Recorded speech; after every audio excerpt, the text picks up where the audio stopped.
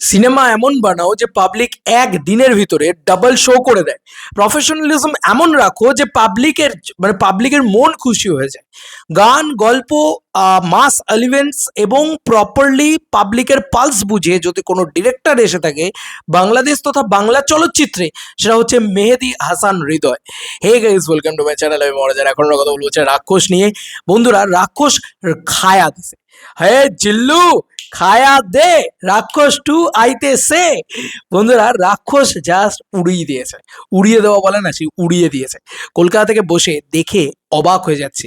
Celebration কাকে বলে, একটা নতুন সুপারস্টার জন্ম হওয়ার সেলিব্রেশন কাকে বলে, আলাদা রকম ক্রেজ কাকে বলে।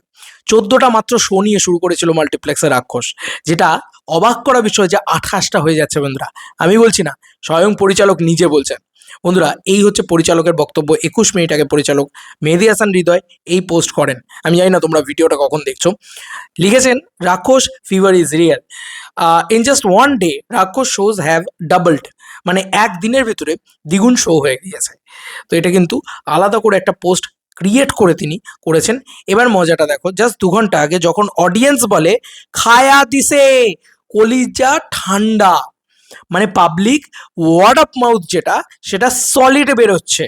এবং যখন পাবলিক বলছে যে ভাই কলিজা ঠান্ডা করে দিয়েছে, এবং পাবলিক বলছে হ্যাঁ পয়সা উসুল, মন খুশি হয়ে গেছে। তো দেখো, just that is the power. দেখো, এইটা হচ্ছে দর্শক নাকি, ঠিক আছে। ঈদের দ্বিতীয় দিনের ক্রেজ দেখো, ডাবল শোজ পেতে চলেছে তৃতীয় দিন থেকে। রাক্ষসের তো কালেকশন আজকে মানে গ্রোথ হবেই আমার যা মনে হচ্ছে। আমার মনে হচ্ছে 13,93,000 টাকার যে কালেকশন এসছে বা 14 লাখ টাকার যে কালেকশন এসছে, সেটার থেকেও কিন্তু আরও উন্নতি হবে। এবং দেখো, যে পরিমাণে পাবলিক দর্শকের যে প্রতিক্রিয়া, সেটা কিন্তু প্রচণ্ড পজিটিভ। 100% টাকা উসুল রাক্ষস নিয়ে দর্শকের প্রতিক্রিয়া। রাক্ষস কিন্তু অনেক মানে একটা কমার্শিয়াল ছবি হিসাবে obviously 100% টাকা উসুল। টুইস্ট কোথায় আসে না, খাইয়া দিমু কিন্তু তোমার দিকে কেউ তাকালে। খায়া দিছে, একবারে খায়া দিছে। অনেক ভালো লেগেছে।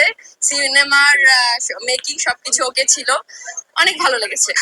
আমি মূলত ডায়লগ দিছি, কাকে খাওয়ার জন্য দেই না অবশ্য। আমারও সবাই মানে মহিলাদের ভাল লাগছে। বন্ধুরা, মানে এই যে এত কথা, এত কিছু, যে মহিলাদেরকে ব্যাশিং, মহিলাদেরকে খারাপ প্রমাণ করা, আমাদের এখান থেকে তো সবাই একদম তেড়ে যায় যে এই তো মেহেদী হাসান হৃদয় টক্সিক, কেন দেখালো, কেন প্রেগনেন্সি টাইমে সেক্স করাটাকে প্রমোট করছে। ভাই দেখ, বাংলাদেশের মহিলারা পছন্দ করছে। কারণ আবার বলছি, আজকে আমরা যখন ধুরন্ধর পছন্দ করি, সেটা প্রোপাগান্ডার জন্য পছন্দ করি না, সিনেমাটার ক্রাফটম্যানশিপের জন্য পছন্দ করি, সিনেমাটা দেখতে ভালো লাগছে নাকি সেটার জন্য পছন্দ করি। সিমিলারলি আমার মনে হয় যে এক্ষেত্রেও মেহেদী হাসান হৃদয়ের ক্ষেত্রেও সিনেমাটা কি প্রবলেমেটিক, কি নয়, কি না, এসব চাইই না কেউ। মেয়েরাও দেখতে যায় এন্টারটেনমেন্ট পাওয়ার জন্য। এন্টারটেনমেন্ট পাচ্ছ কি পাচ্ছ না, that is the ultimate reason. তো আমি গোটাটা তো দেখাতে পারবো না। তো যাই হোক, খায়া দিতাসি, এইটা কিন্তু সিয়াম বলেছে বা মেহেদী হাসান হৃদয় বলেছে। কি বলবো, মানে রাক্ষস নিয়ে খুব এক্সাইটেড জিনিসপত্র দেখতে পাওয়া যাচ্ছে। খুব পজিটিভ একটা রিভিউজ পাওয়া যাচ্ছে। যারা রিভিউজ লিখছে তারা বলছে ও মাই গুডনেস, এটা তো রাক্ষস নয়, এটা তো বরবাদ 2, এটাই তো দেখতে হবে। বুঝতেই পারছো যে একটা পজিটিভ চারিদিকে ওয়ার্ড অফ মাউথ, এবং ডাবল হয়ে গেল শো। হাই কালেকশন ডাবল আসতে চলেছে। চল উঠুক নতুন সুপারস্টার, আসুক সিঙ্গেল স্ক্রিনে সিনেমা, সিঙ্গেল স্ক্রিন খায়া দিক তারপরে, ঠিক আছে। আমি চাই যে ভালো সিনেমার জয় জয়কার হোক, ভালো বাংলা সিনেমার জয় জয়কার হোক। আমি চিরকাল এটা চেয়ে এসেছি, এবং ভালো কমার্শিয়াল সিনেমা নিজের মাথায় রাজ মুকুট পাক। চলো বন্ধুরা, নতুন কোনো ভিডিওতে দেখা হবে। বাই।